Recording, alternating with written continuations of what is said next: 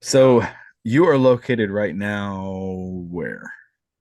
Indialantic, yeah. So Indialantic, Florida is a small beach town just south of Cocoa Beach, right where all these rockets and stuff's going up. Elon Musk is shooting one up, it seems like every other day, but Oh, yeah, nice. that's where Yeah. I am. Yeah, east coast of Florida, a little town called Indialantic. India. How do you spell that? So India and Okay. then Atlantic. And it is a combination of the Atlantic Ocean and the Indian River. So the strip of land that I live on is about a half a mile wide. It's a barrier island. And because it's sandwiched between the Indian River and the Atlantic Ocean, the town Yeah. is called India Atlantic. To I would tell people and they would think with my accent that it's in the Atlantic. Yeah, right. So, Oh, we get that. We get that. That's right. okay. No, Yeah. that's pretty cool to hear. Coolest place I've heard so far out of Oh, everybody. Yeah. this is an amazing place. It really is. Now, people are starting to discover it, unfortunately. So Oh yeah, yeah, yeah. it's getting more and more crowded. It sounds so much more interesting than like Sheboygan or somewhere. Nothing against Sheboygan, but okay. So I'm gonna put you through some rapid fire questions here to get started. First one, a book recommendation for our listeners out there. Oh, wow. Holy cow. I love reading. I'm reading every week. The one that comes to mind is The Go Giver. The Go Giver. Go Giver. Little book about a business story. Okay. Yeah. How, are you big on audiobooks? I am. Yeah. I I have a bunch on audio. I'm constantly listening either to a book or a podcast. yeah, my wife and I have been listening to books on Audible for road trips and stuff. So yeah, it's been something newer for us. Something that never seems to get done in your life. Finishing up with communication because as soon Okay. as I finish an email, a text, a phone call, another one comes in. And so that is a revolving door. It never seems to get done. Isn't it the worst feeling when you're looking at your emails and you're like, either someone responds back or you look and you're like, oh, I never hit send on that. Yeah, yeah. Because you Oh, start yeah. working on other ones. Right. Yeah. Or a text comes in or whatever. So, yeah, Yep. I can minimize that, but it does happen. Okay. Yeah. What is a fear that you have? My fear, I say my number one fear is not living up to my full potential. Like I always had my coaches told me when I was growing up, Palmisano, leave it all out on the field. Don't come off that field if you got more left in you. And I don't want to walk off the playing field of life trip, going to the presence of the head coach, and there's more left. Like I allowed fear or doubt, self doubt, to stop me from taking the risk that I should have taken, and because of that, I missed out on, my kids missed out on, my grandkids missed out on all that what could have been because I didn't live up to my full potential. And I would say that's kind of that gnaws at me. Yeah.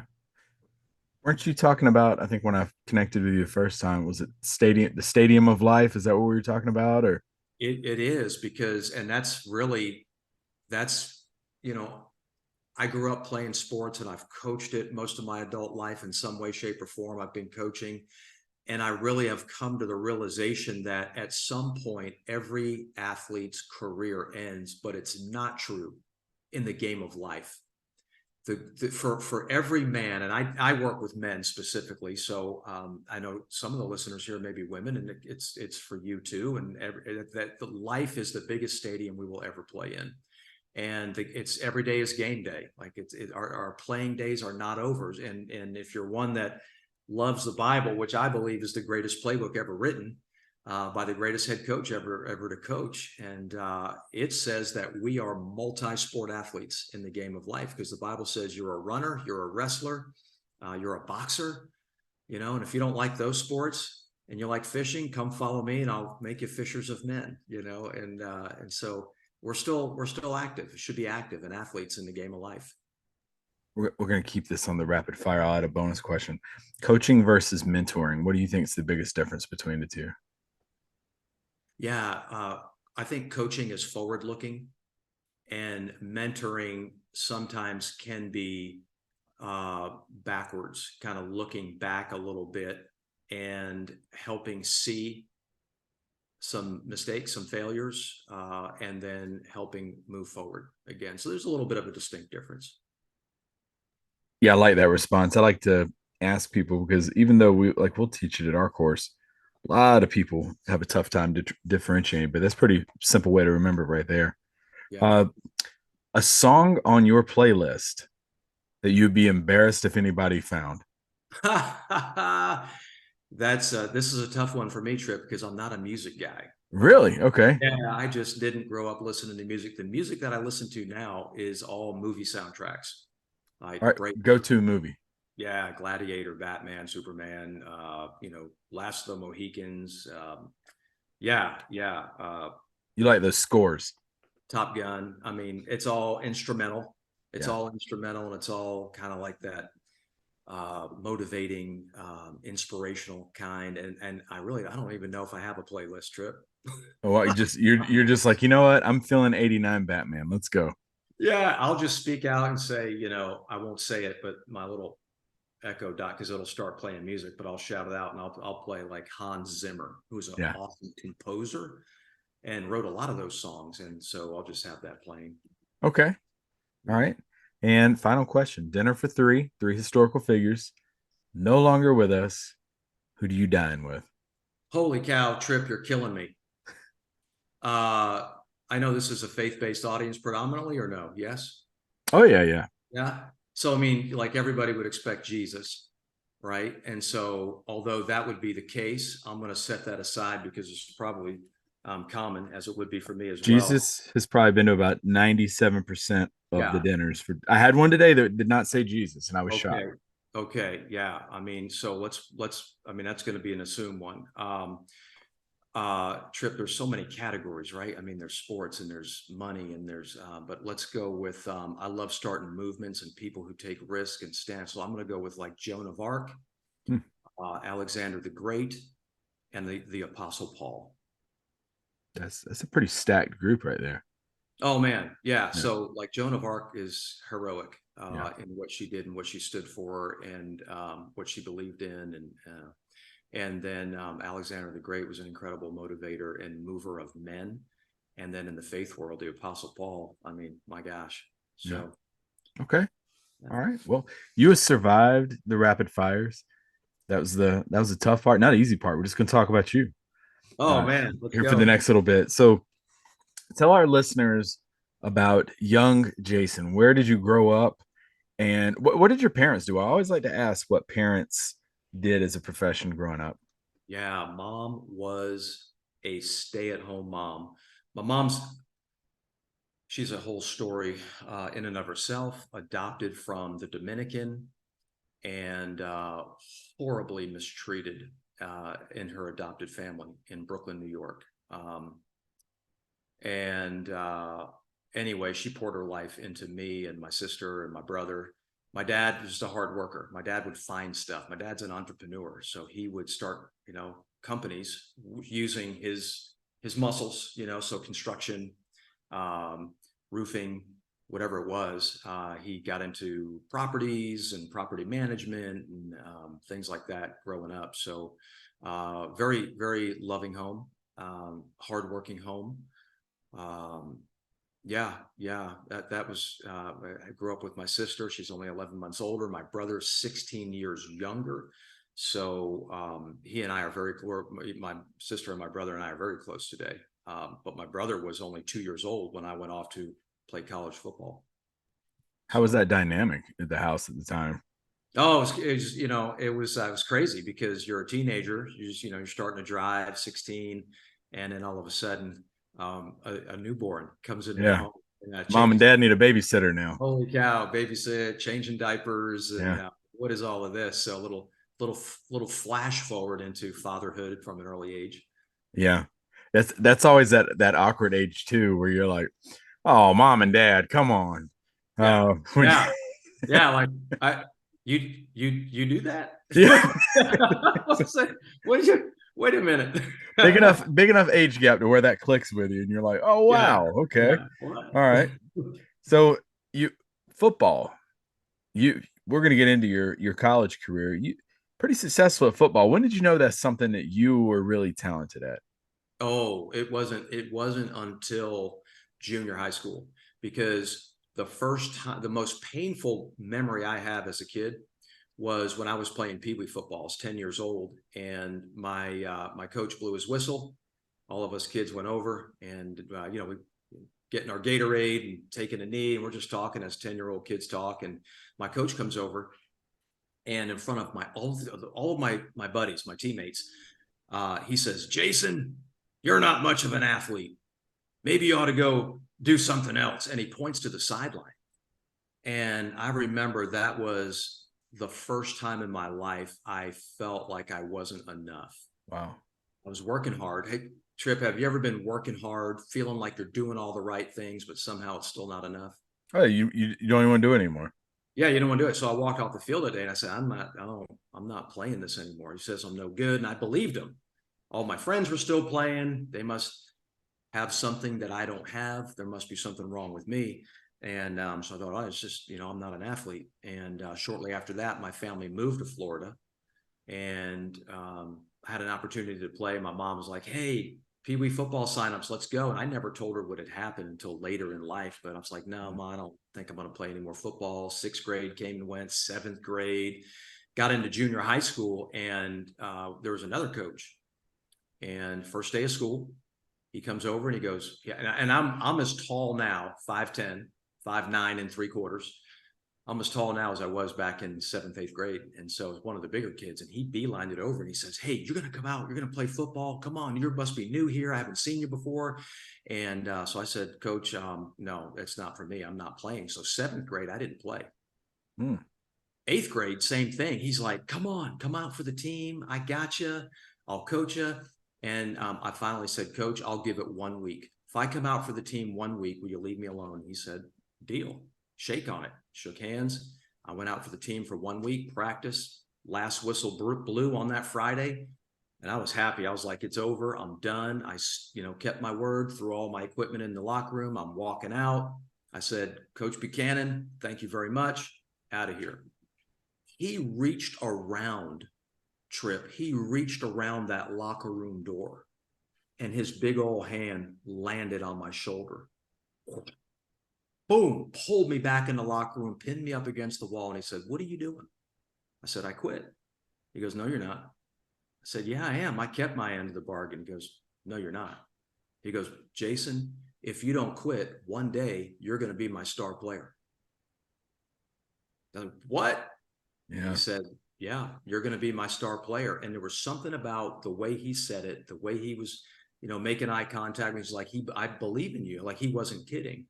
And that was all the fuel, the energy, the encouragement I needed to stay on the team, to keep playing. And, a few years later, got the football scholarship at the University of North Carolina. And that's where I wound up playing, and then finished up playing at the University of Central Florida. What a good story of like an inspirational motivator there, just by painting that picture of the future for you. And uh, you mentioned Carolina, which we'll definitely get to that. I got a little bit of an interest in that, as you hear my dogs trying to get on the podcast. Yeah. Um, but what were some of the aspirations you wanted to do when you grew up, when you were in high school? Yeah. I wanted, of course, like most kids, I want to play pro ball. And that was it. So that was what I was training for. By the time I got to high school, in the words of that coach in junior high, I just went to training. I just ate, lived, breathed, slept football, track, working on speed, working on strength, and just wanted to play ball. That's it. Singularly focused. So while my buddies were going off and partying on the weekends, I went to Firestone in my dad's old station wagon, and I said, "Hey, can I have 10 old tires?" And they'd give me 10 old tires, and I'd go and I'd set up these obstacle courses, and run myself through scenarios for hours, just running the football, and throwing it to myself, and throwing through the tires, and whatever it took. And I think I'm an average size guy, faster than most back then anyway. Not anymore, Trip. I was fast, I was strong, and I had really good hands, but very average size. So it was the work As a matter of fact, if my high school coach, who's a great man, Joey Wiles, um, if he was on this call, he would goes, "Yeah, Jason was really borderline Division II, Division I, but because of his work ethic, he went Division I." Yeah. What was the recruitment process like back then? Well, you always get letters, tons and tons of letters. And then coaches would come to practice. They'd come to games. And then if they like what they saw, they'd come to practice. And practice is where they just get to walk up and, be fairly close. And then they come to your house. So like North Carolina's coach, Coach Kale, he was the wide receivers coach. And he came to my house and we ate dinner together. And I remember him asking me around the table, he said, "So when you come to Carolina, what kind of player do you want to be?" And I said, "I want to be the best, like the best ever." And he goes, "Okay." And the conversation, it was it. Conversation moved on to something else. But I remember that. And yeah, he's a good coach. He's a good man. What made you commit to Carolina, and who did you almost? I mean, who did you consider as like a two or three that you might have committed to? Yeah, so I wasn't super highly recruited by a lot of big schools, but like Rutgers was looking at me, Troy State was looking at me, some other smaller schools. Carolina was the biggest school. And when I got one of the things that attracted me, because you hear stories about how coaches try and allure you and then they'll switch your position when you get there, like they'll kind of, jerk you around a little bit. What I really liked was the honesty of Coach Kale. He just said, "Hey, you're too small to play running back." Because I was a running back in high school. And he said, "You're too small to play running back at our school. But you can play wide receiver, like a split end." He goes, you could probably play pretty quick if you were willing to make the move." And I said, "Absolutely, sure." And I went to visit North Carolina, fell in love with the campus and the stadium, Keenan Football Stadium. And I said, "Coach, I'm willing to switch positions." And sure enough, they switched me right when I got there, and I played my first year. Not a ton, but I wasn't redshirted. Traveled with the team and got some playing time as a true freshman. And then something unexpected happened, as life often does, Trip. And that was Dick Crum, who was our head coach. He got fired. And yeah, nobody saw that coming because he was the winningest coach in Carolina history at that time. And so he gets fired. Mac Brown comes on in his first stint, and he was coming from Tulane, and whole new offense, whole new system, new players, whole coaching staff got fired. And so, like a lot of guys, some of the older guys, they left. They wound up leaving because the writing was on the wall. I didn't know anybody. I was like, I'm gonna stick it out and play. But so when Mac Brown came on, I got moved to scout team, and so now I'm on the practice squad. Like, now I'm grinding it out, trying to earn my spot back from the new guys that came on and that fit the system. So anyway, I stuck it out that year and then wound up just transferring after that. I kind of saw, all right, I don't think I'm going to be playing here anymore. So the biggest thing that happened to me at Carolina was I came to know Christ as my Lord and Savior. So I count that as like, that is huge. And then in the transfer back, I met my wife. So it's like a lot of times when somebody's going through something that they think is the worst thing in the world, like I thought that was nothing, because football was my life. I thought there's nothing worse than what happened, and now I'm leaving and I'm going to a different school. And but it wound up being the best thing ever. I came to know Jesus as my Lord and Savior, met my wife. We're getting ready to celebrate 30 years together. And so sometimes you look back and you go, you know what? That was the best thing that ever could have happened to me. And for those of you that might be listening to this, you're going through tough times, but hang in there, because there's going to come a day where you look back and you go, you know what? I grew a lot. I learned a lot, and I'm a different person. I'm a better person because of what I went through, what God brought me through on that. So yeah, keep the eyes of your heart on Jesus. He's got you. Universe's rejection is the universe's protection. Right on. I That's good. Give me 1 second. I got somebody at my door that is just You driving my bet. dogs crazy. Hold on 1 second.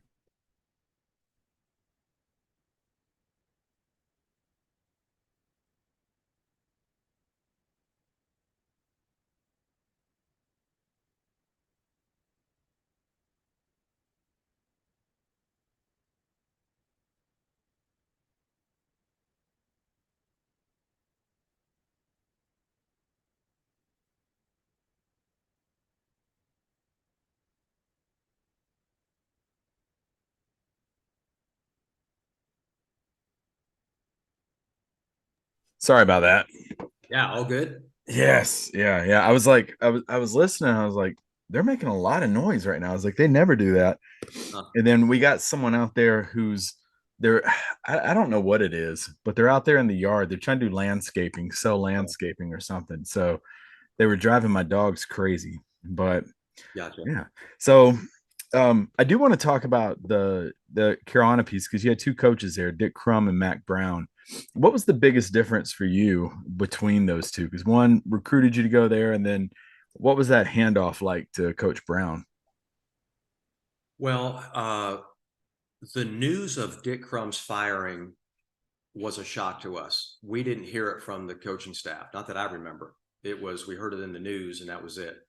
And then we were without a coach for the offseason, Yeah. waiting, for spring training to start. Like, who's going to be our coach? Nobody's saying anything. Are we going to have a coach?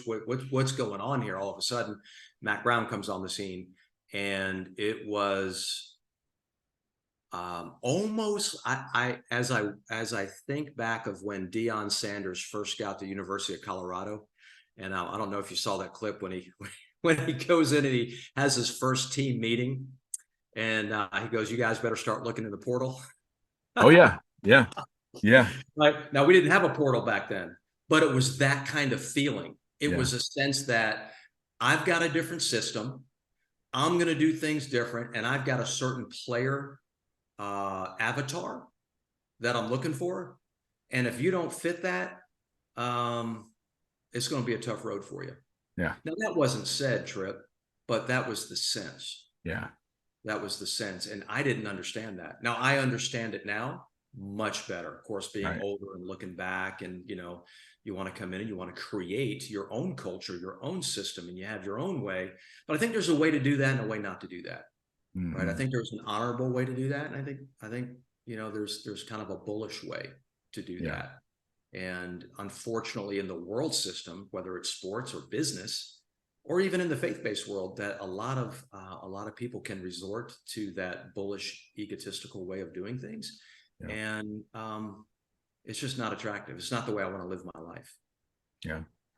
You still follow Carolina pretty good to I this do, day. I do. So Okay, I I keep do. the hat on. I'll keep the hat on then. You do, yeah. That's so good. Yeah, I've got some Carolina paraphernalia over here, and Mark May was my quarterback when I was at Yeah. Carolina. Of course, you saw Drake May playing. So He's Drake not May, bad. our son, Yeah. man, Drake's kind of like I love Mark. Mark was a believer, is a believer, and he brought me into my first Bible studies. Him and Oh Derek Donovan, wow. some of the guys, Brett Rudolph, and Yeah. uh, some of those senior guys took me under their wing when I came to know Christ. But it's so cool to see Drake May just crushing it on the field this past year. I've just hearing a Carolina player in consideration for Heisman Right? is incredible. Yeah. Yeah. Incredible. The fact that there's articles floating around about a Carolina player in consideration for a Heisman. So cool. Now, Yeah. the end of this, they got to learn how to close out a season, but goodness. Yeah. Yeah. Yeah. But I'm Yeah. excited for this next year. I am too. I am too. And Mac Brown, he's really good. He could turn a program around. I know, like, by the time he left, I think Carolina was ranked top five. Yeah, so I heard him speak at he was doing one of the Rams Club events and he came to our Presbyterian church and was talking and he was talking about how he said he went this was like 97, 98, somewhere Right. around there. Right. And he said that he said, yeah, his first couple of years in Chapel Hill were really rough. We were, I think, like 1-10 and For 2 years, we for went. 2 years. Yeah, yeah. So we went 5-6 with Dick Crum, and then I had 2 years with Mac Brown with 1-10. Yeah, because I think they'd only beat, I think, Georgia Tech Yeah, was and one like of them. VMI or somebody. But yeah, he had said that he was pumping gas and near Chapel Hill, and he had on his ring from I believe it was Tulane. He Yeah, had won like the conference title with Tulane. He said he was pumping gas, and this guy looks over and he's like, "Hey man, that's a mighty nice ring you got there." And he's like, "Thank you, yeah, I appreciate it." And he's like, I could tell this guy didn't really know who I was, and he's like, "Where'd you get that?" And he's like, "Tulane football." And he's like, "Huh, all right, well, I mean, it must be nice." And he said, "See, you're a Carolina fan." And the guy had on like a Carolina sweater, and he's like, "Yeah, I'm a Carolina fan." And he's like, "Well, what do you think of their football team?" And he's like, We're never going to get any of those rings with that Mac Brown guy there. And Oh man. he said he kept pumping gas. I was like, all right, man. Well, he's like, you know what? I think 20 is good. Well, I'll see you later. Oh wow. Yeah, Wow. that was good to hear. Well, you mentioned that's where Christ was pretty much introduced, or I wouldn't necessarily say introduced, but that's where you had someone pull you along and get you to a Bible study. Talk about the importance of faith in your journey up to this point. Well, it's so my identity prior to was wrapped up in sports. Mm-hmm. When we're created to have a relationship with the creator, and your identity is something in something else, whatever it is, Yeah, and no matter how young or old you are, there's just always going to be a restlessness, a sense of wandering of the soul, a looking for satisfaction, fulfillment, contentment. Even when a person comes to know Christ, you can get sidelined and sidetracked because you start having desires for, like, I just want to be wealthy, or I just want to have that house or that relationship, or we get this destination disease where, like, I'll be happy when, I'll be satisfied, I'll be content when the we Bible never are. says, yeah, you never are. That stuff, all that does is just create desire for more stuff. And so the importance is to have a restful, peaceful soul and spirit, is to truly find your identity in Christ. And that can be a process, right? I mean, it's just life is a journey. And I would just encourage listeners, people, to have grace with themselves, to embrace the journey, embrace the process, fall in love with just learning about yourself and growing, learning more about Jesus, getting better acquainted with the Savior day by day. And it's just enjoy the journey.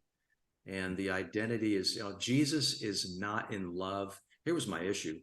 I thought God was in love with some future version of me, that when I achieved X, or when I got to this level, that then he would be fully accepting and loving of me. And the truth is that Jesus is not in love with some future version of you, Trip. He's in love with you right now as you Mm-hmm. are. And I want everybody to understand that and to believe that. And that's where your identity comes from. It's a loving relationship with the greatest head coach ever to coach, still coaching guys like me and you today. I like that. Even what you said about the playbook with the Bible, that was good. Yeah, That's good yeah. stuff. You mentioned your wife. You met your wife. Did you meet her in Chapel Hill? Is that what you were saying? So when I left Chapel Hill, Central Florida. my GPA was pretty low, and I knew in order to put a football helmet back on, I was going to go to UCF. So I didn't mention UCF, University of Central Florida. They had offered me a scholarship also, coming out. So it was them and Rutgers and Troy They were State. fairly new around that time, weren't So, they? Their football well, program. they weren't D1. Okay. I Yep. think they weren't two. They were in between, like maybe one AA. And I think Dante Culpepper, he came after me and he put them on the map. And Yep. shortly after Dante Culpepper, they went D1. And I mean, the program's gone to, a whole nother level. It's been awesome to watch. And but anyway, I met my wife at a community college to get my GPA up so that I can go to UCF. And I told them I was coming. He got a spot for me, and like, yeah, come on over and play some ball. And so my wife and I went there together, and we have been together ever since. That's awesome. 30 years. 30 years. Yeah. So we total through that dating time and engagement, 33 years. Wow.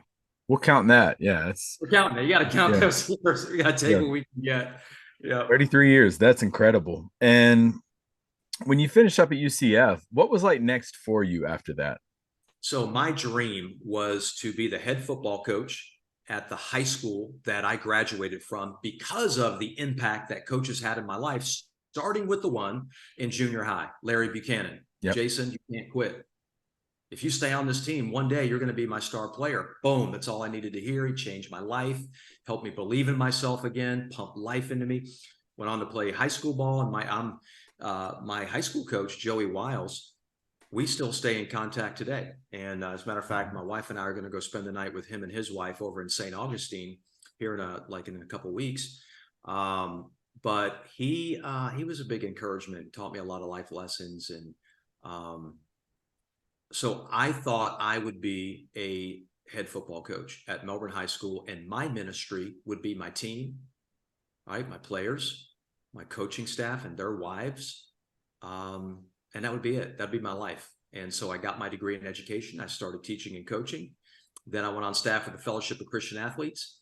So did that for a few years, and then started creating businesses, other things, movements, and that's what I've been doing ever since.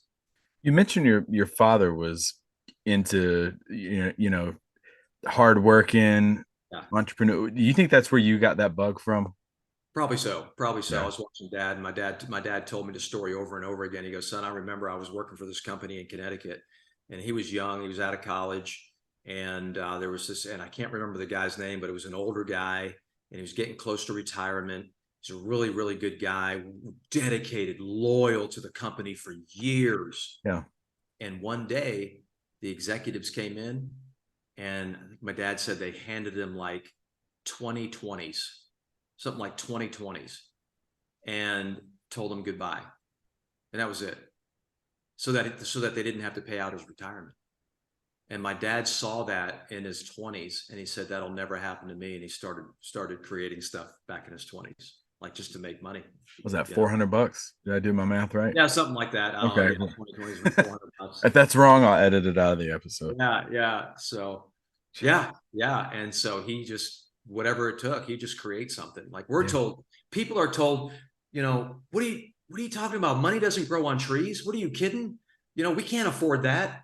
Money doesn't grow on trees, when in actuality, here in Florida, you can go to an orange tree, a grapefruit tree, a banana tree, a coconut tree. You can pick those things, trade them for money. Just got to look at it different. Money does grow on trees. You have to see it that way. There's lots of opportunity. But so many people are walking around in lack and scarcity mindset. They miss the abundance that's right in front of them because they're trying to get to their lack. That's what Adam and Eve did in the garden, right? Mm-hmm. Like God created all these trees, orange pecan trees, walnut trees, orange trees, all these trees. Like you can have all these trees, just don't have that one in the middle. Right. So it's the one in the middle. So they have to be standing out here to get to the one in the middle. What do? They walk by all of their abundance to get to their lack. Scarcity mindset. So people focus on what they don't have instead of what they do have, and they miss all that they do have. Yeah, that's so true. And 2008, did I read this right? You're kind of the OG of garage gyms. So pre-pandemic year, so '08, you and your wife Wendy you were co-founders of Trinity Fitness. How did all that come about? Yeah, so 4 kids in 4 years is what my wife and I did. And like a lot of great moms, Trip, she poured her life into the kids, but she let herself go in the process. So she got, a little heavy. She was just working, with the kids, and she was exhausted. And finally, now all the kids are in elementary school, which is a couple blocks from the house. And she said, she came into the kitchen where I was, and she said, I'm ready for a change. And she paused. Now, have you ever had like a million thoughts go through your mind in a split second? You ever have one, right? Like you got all these Anytime a spouse comes and talks to you, you're like, right. So she what? paused. I'm ready for a change. And I'm thinking, what did I do now? Yeah. Even if you didn't do anything, you're like, right. It was like, I thought our marriage was good. What's happening? And then, the pause ended. It was a very short pause, but like in that split second, it seemed like an hour. She goes, can you help me? I want to get my life back. I want to get back in shape. And so I started training her. I'm the one that's always kind of loved working out and staying in shape. And so I started training her in the garage, and then she'd walk the kids to school, and the other moms were like, what are you doing? How can I be like, you're losing weight? You're looking great. How can I be involved? And so she invited the other moms over. Next thing I know, Trip, the whole neighborhood's running up and down my street doing burpees with me. It's crazy, literally all my neighbors, the mom, everybody's. And then they said, hey, so they started comparing themselves to one another, started getting unhealthy. Like within 2 months, they're comparing themselves, and comparison is a thief of all joy. Social comparison. Like, why are, right? And so like, this isn't what this is all about. So I pulled out my Bible and I did an impromptu 3-minute devotion on worshiping God by way of, well, we're working out to worship God. And our bodies are not our own. We've been bought at a price. And so we're here to worship through working out. And that clicked with them. And they said, can you do a devotion before every workout? I'm like, holy cow. All right. Because right then, right, Trip, we were doing workouts every morning except Sunday at 5:30 a.m. in the garage. So like 6 devotions a week. Then it really started exploding. So like once we added the spiritual element with the physical, we had all these people, and we had to start a 6:30 a.m. group. Then we started a 9:30 a.m. group. Then all Wow. the teachers at the school, they heard about it. They said, can you do an after school group for teachers? So at 3 o'clock, we got the teachers. Then the husbands found out, like, can you do a husband's group, like a father, whatever, a men? We don't want to work out with the wives. They're too in shape. Like they're intimidating. So like I had to do a men's group at night, and I'm working, like I'm traveling and speaking at another company I'd started.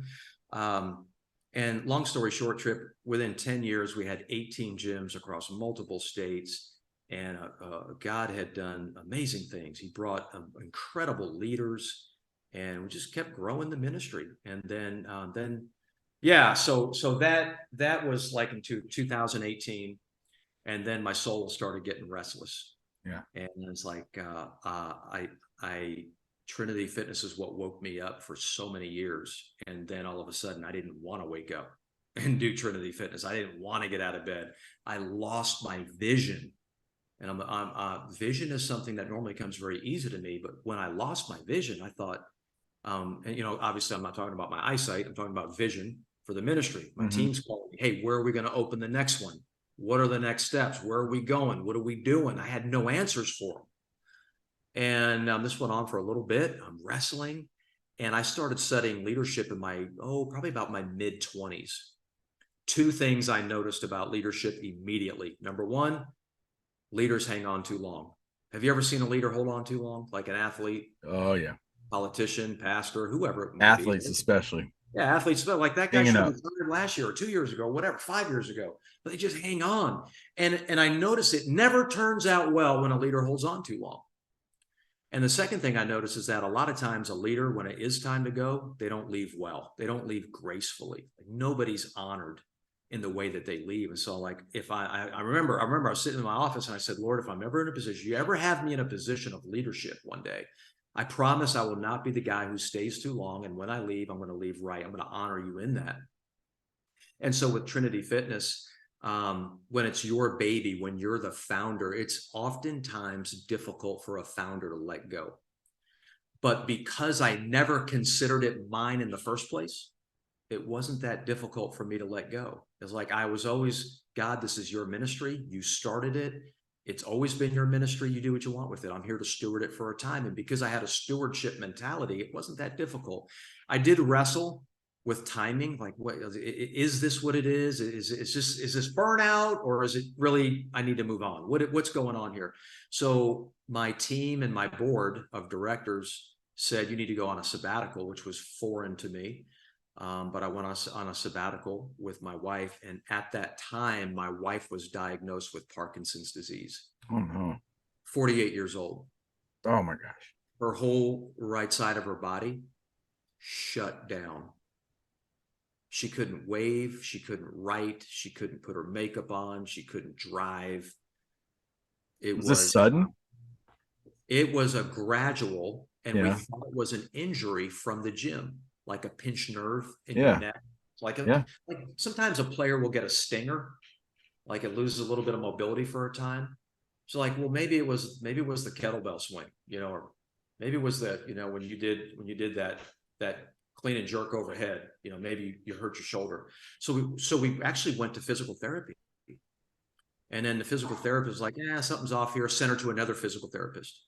Right. And it was a second physical therapist who goes, you know what? I think this is neurological.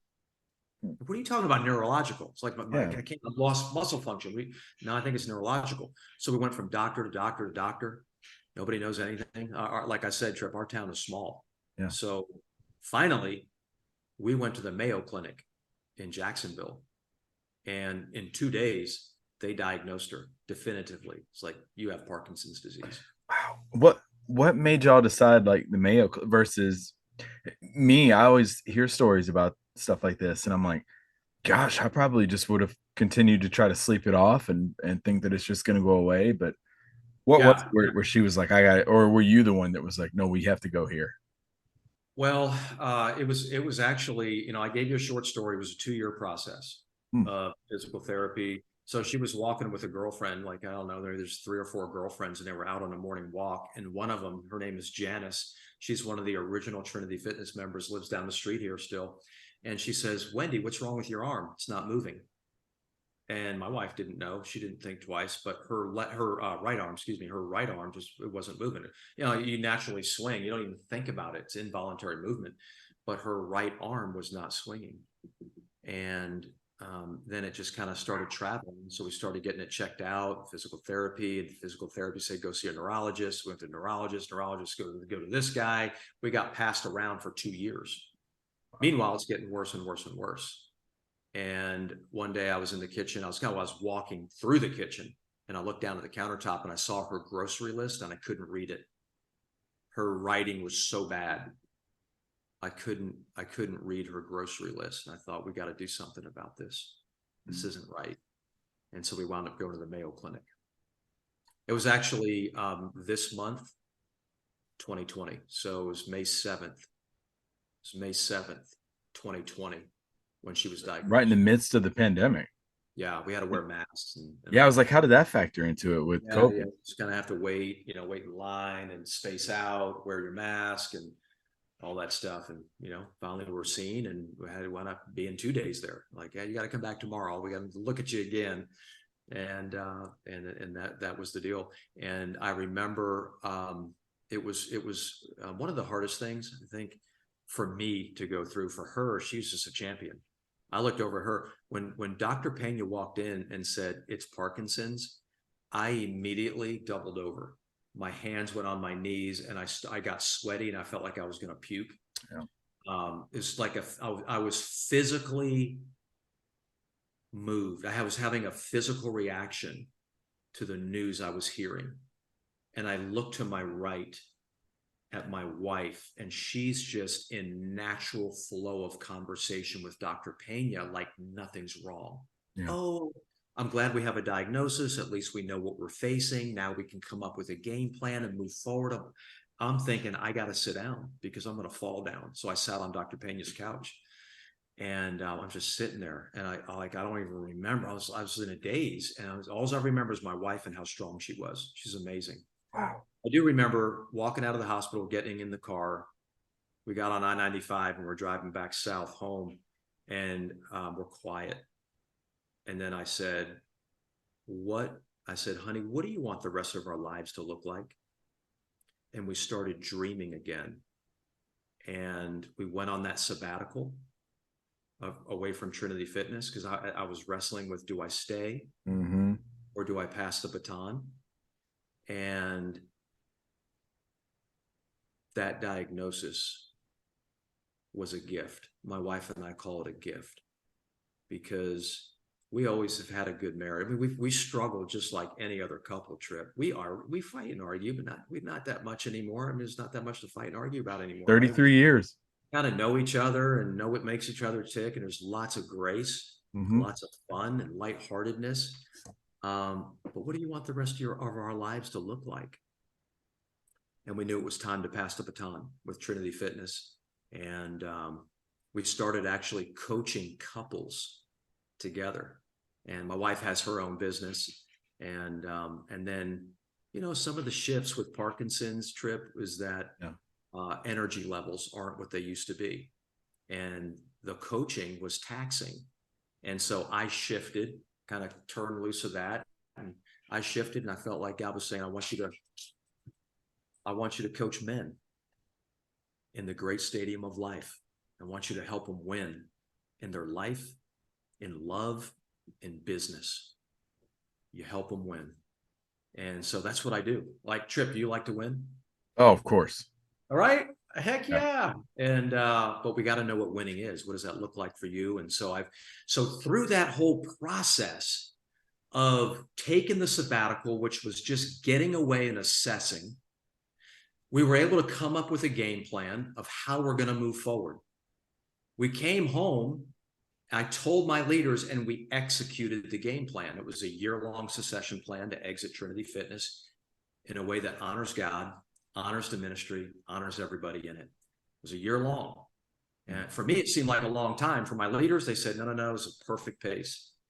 And we won. Coming into 2021, we won. That's how we won. And so that is the system that I teach men today. Assess, game plan, execute, win. Like in Trip, in business, you're in the military. Mm-hmm. In the military, if you had the right system, do things run smoother for your guys? Absolutely, 100%. 100%, right? 1,000%. Mm-hmm. In business, if you have the right system, do things run smoothly? Not perfectly, but they'll run more smoothly. If a man had keep the doors right open system, yeah. If a man had the right system in his life, winning becomes a habit. Mm-hmm. It becomes a habit. So marriage, if your marriage isn't where you want, assess, game plan, let's go execute. We're going to win it. Finances, health, whatever it is. Assess, game plan, execute, win. So that's what I coach men in today. Develop the whole system. I wrote this playbook in Carolina Blue. Let's go. I like it. Okay. Right. So every day I break a man's day down into 3 parts, and I'll coach them through it. And it's pregame, wow, postgame. Yeah. There's a system there. Yeah. And it's just a matter of following the system, plugging it into your life. And men are getting incredible results. And that's what warms my heart the most, is to have dads calling saying their sons are being impacted because they're reading the Win Your Days manifesto and they're journaling together what they're grateful for and the lessons that they learned today and what feeling do they need to let go of. And the sons are doing it with the fathers now, and it's just impacting families. And so that to me, there's nothing greater in the stadium of life than to impact fathers and sons, because it impacts the family, which impacts the community, which impacts the world. I see you're rocking the shirt too. Oh my gosh. Yeah. So this is whoops, right here. Yeah. Win Your Days. So this I got from Lou Holtz.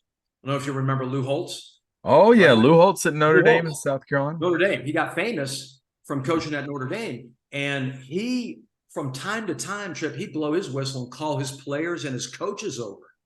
And he'd go, fellas, I want to remind you, the most important word in the English language is the word win. Not for wins on a football field, fellas, but for what the W, the I, and the N stands for. It stands for what's important now. Fellas, go do that. Go do what's important. If it's your grades, go do it. If it's your family, go do it. Do what's most important now. And I always taught them to focus like that and to prioritize their time and their day. And that's one of the things I help men do. Yeah, Lou Holtz. I remember him on game day where he was the University of Notre Dame University. Yeah. Yeah. Oh yeah. Lou Holtz. Yeah. So speaking of, and that's really cool that it's not just like you said, just for men, but like men and sons, fathers and sons, being able to do something like this. What has been the most rewarding story or testimonial you've heard for someone on this very short journey you've been on with Win Your Days? Yeah, I had a father call me a couple of weeks ago. He said, Coach, I need to send you a video. I said, okay.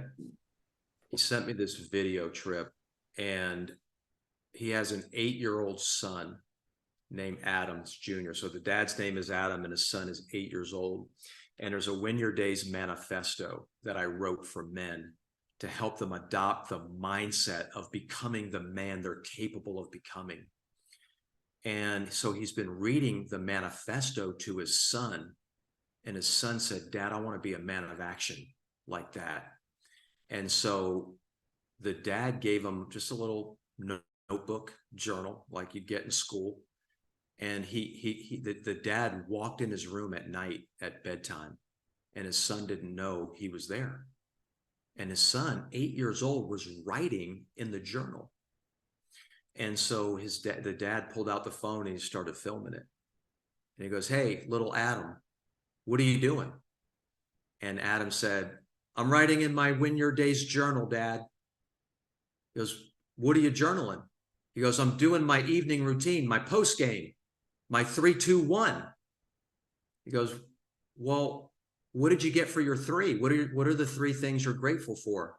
And he goes, I'm really grateful for my dog. I'm grateful for my family. And he said something else he's grateful for.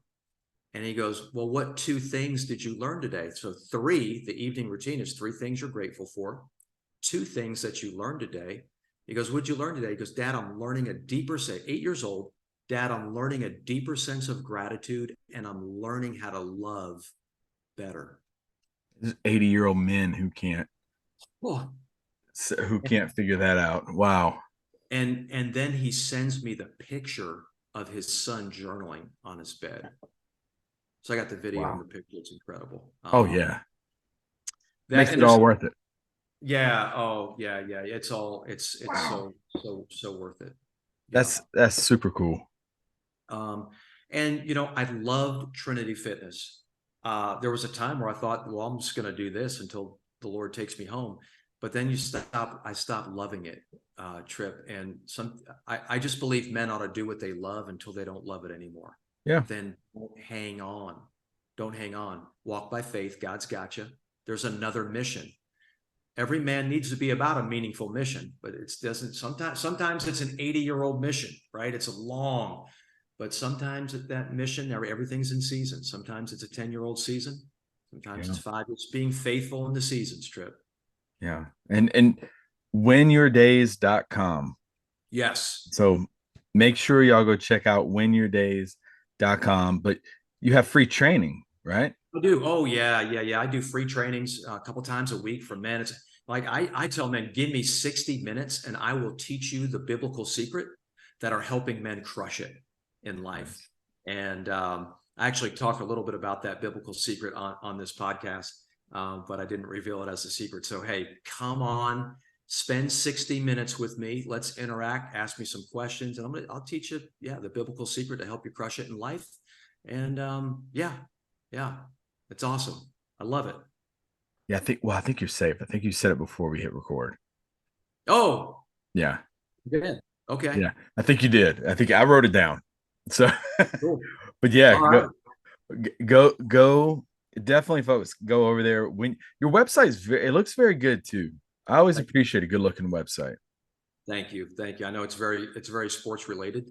And again, I'm coming from a place, Trip, where I believe that Jesus is our head coach. Yeah. And we're athletes in this game of life because the scriptures talk about running the race. And we don't wrestle against flesh and blood, but we wrestle against the powers and principalities, right? We don't box like a man just beating the air. So we're boxers, we're wrestlers, we're runners in this great stadium of life. And this is one game that we want to win, right? It's the most significant stadium a man will ever play in, because you think about it, and a woman too, because everything that's near and dear to you is in that stadium with you, your family, Mhm. kids, right? Your finances, your legacy, your mission, everything's there. And so you don't want to come off the playing field of life having left stuff on there. Like there's more in you. You want to, man, live fully, live for the coach. Yeah. Speaking of finances, you told a pretty good story on the website Yeah. that involved your father-in-law. Oh man. Yeah. Yeah. So, you know, when a man, everybody loves to win. Yeah. We don't like losing. We don't feel good when we lose. And sometimes when a man is losing in life, that could be demoralizing. And that's where I was. Oh. Like I'm a former Division I college player, got my degree, married 8 years at this time, and my 4th child was just born. Yet I am on food stamps. I kind of lost everything. Trying to start a business, and some of the listeners, I'm sure, maybe you started the business. Whenever you start something new, it always seems like it takes longer than you think, and it's harder than you ever imagined it would be. Right? It takes Mhm. longer. It's harder than you imagine. Well, in this business I was starting at the time, it certainly was the case. Money wasn't coming in. So I started delivering pizzas for Domino's while taking any job that I could to grow this business. And a lot of times the way that my family would eat the next day is if I brought the leftover pizza home from Domino's to bring it so that they can have it for dinner the next day. Then real estate started booming in Florida. And I just saw an opportunity. Now, there's no way I could afford anything, but I turned to my dad. I said, Dad, can I borrow $3,000? I think I could do something in real estate and kind of get some wins here. Yeah. And so, I borrowed some money from Pops. And anyway, started dabbling in real estate. And then I'm driving. I got a job. We only had one car. And a buddy of mine, he said, hey, he's an older guy. He's wealthy and successful. He goes, hey, I got this old beat up pickup truck, Chevy S10, doesn't have AC. You have to, crank down the windows. He goes, but if you want it, you can. Before he could finish, I said, I'll take it. Like, yeah, we're on a second car. So I'm in that little Chevy S10 pickup truck and driving down to this job, small town I'm driving through. I look to my left and I see this sign. It says, it looked like it had been there for a while. Have you ever seen a sign that like it has vines and branches? Oh yeah. Right. It's been there for a while. Paint's peeling off the thing. And but the sign said land for sale with a phone number on it. I can't afford it, but I'm curious. I stopped, I called, and the person on the other line says, yeah, oh yeah, that's been there for a while. That's actually an abandoned 9-hole golf course. Like 9-hole golf course, like people hadn't played on that for 100 years with all the overgrown stuff on it. He goes, yeah, and to boot, it's already zoned residential. So you could buy homes on that. Ooh. You mean whoever buys that could just build homes? Yep. Like, shoot, I don't have any money. I can't, like, I don't. So here's what I thought, like, who can I tell who would love this that I could just bless? Right? It's like a side lesson of the story. You get some good things coming your way, pass them on to other people, and they'll always come back to you. Oh yeah. So pass the blessings on, everybody. And so I had a good buddy of mine, his name's Dave, and we're childhood friends from 5th grade. And he just super good businessman, is doing very, very well, cell tower business.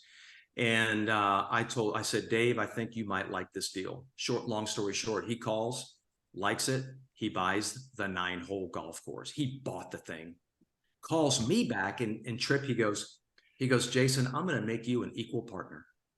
I said, Dave, I don't have any money. I can't contribute at all. He goes, you don't have to. You found the deal. You found it. I'm like, are you kidding me? So I'm like, what are we going to do with this land? He goes, don't worry about it. I got you. He said, we're going to hold it for a year. Then we're going to flip it to a developer. Like, oh, okay. That's exactly what we did, Trip. We flipped it to a developer a year later. Next thing I know, I get this check in the mail for well into the 6 figures. Trip, when you're on food stamps working at Domino's and you get a check with that many zeros on it, oh yeah. How do you feel? Oh yeah. Olive Garden or something tonight. I mean, yeah. I felt like I hit the lottery. Yeah, I bet. And so I took that money and I did what I thought was best. I invested it. The problem is my financial IQ was so low that I made horrible investment decisions. I didn't know what I was doing. And a year after that, I lost everything again. I lost everything again. What a roller coaster. And when you talk about feeling like you're losing in life. Yeah. Like I felt like something's wrong with me. I'm the problem.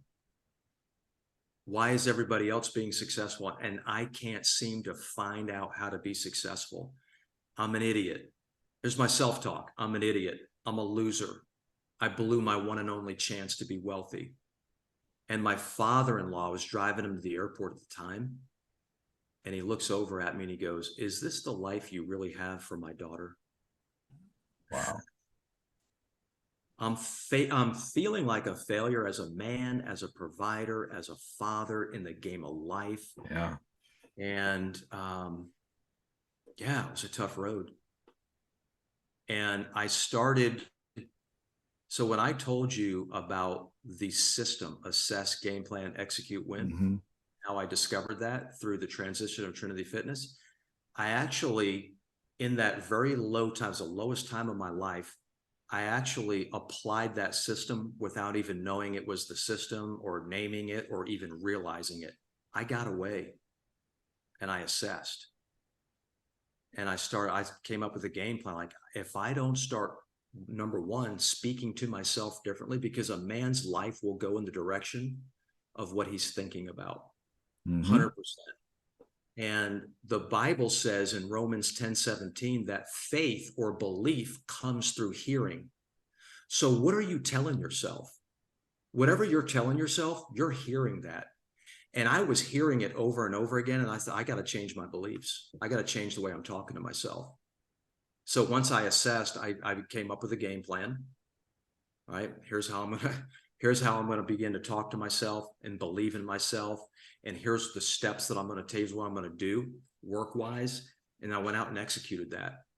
Mm-hmm. And I won. Shortly after that, the opportunity of Trinity Fitness came up. And I was like, my wife came to me and said, I'm ready for a change. Can you help me? Yeah.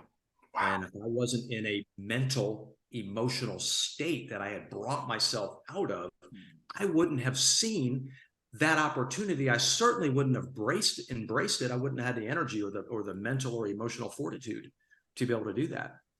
So yeah, it was very low time. But again, I look back on that trip and I go, gosh, you know what? I learned some of the best lessons. There's a lot that I learned there. Yes, I wouldn't even. You wouldn't be doing what you're doing today with Win Your Days. 100%.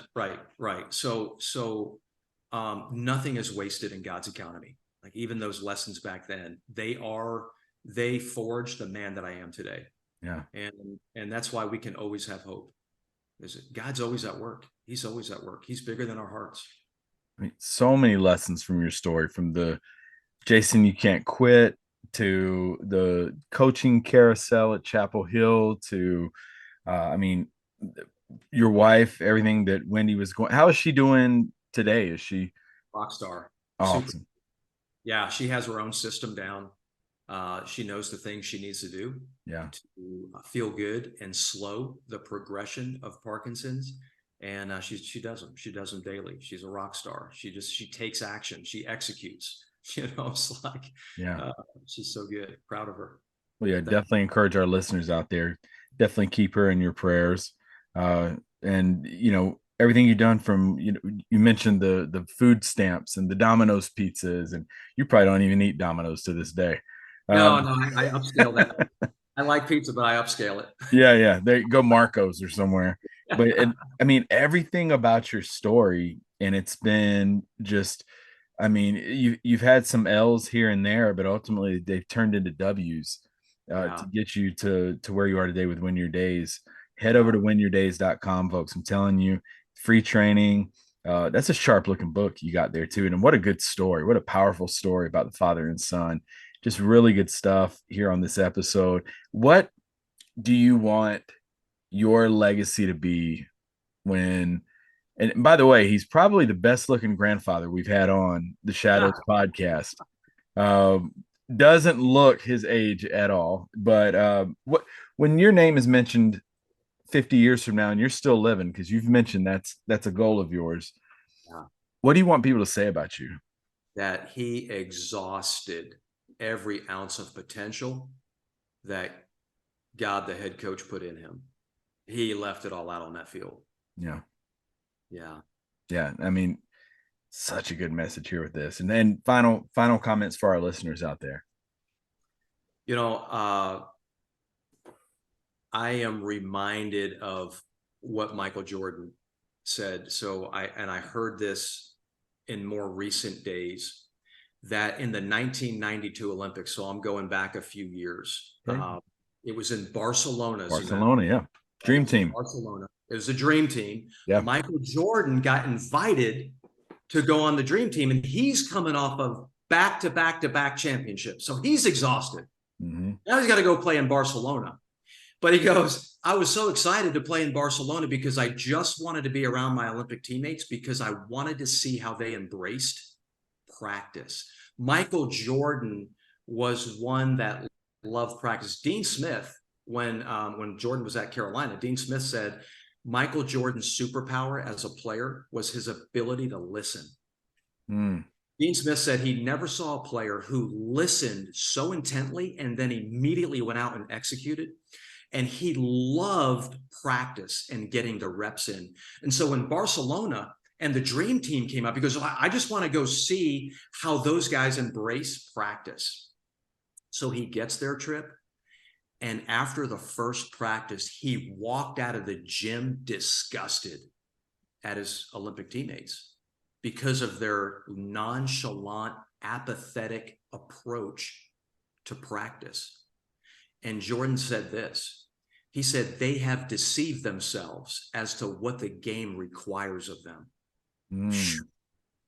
And I would say to every believer out there, hey, let's me and you not deceive ourselves as to what the game of life is requiring of us to be a great father, to be a man of excellence, to be a husband that is trustworthy and authentic, and to be excellent out in the marketplace in the business world as a disciple. Let us not deceive ourselves as to what the game of life is requiring of us. Let's train.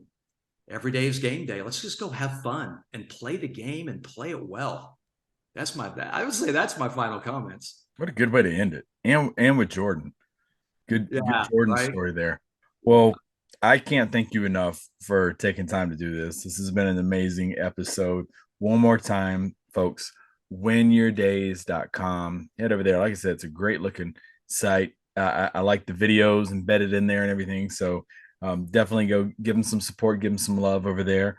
And folks, if you like what we're doing, as always, head over to Spotify, Apple Podcasts, or theshadowspodcast.com.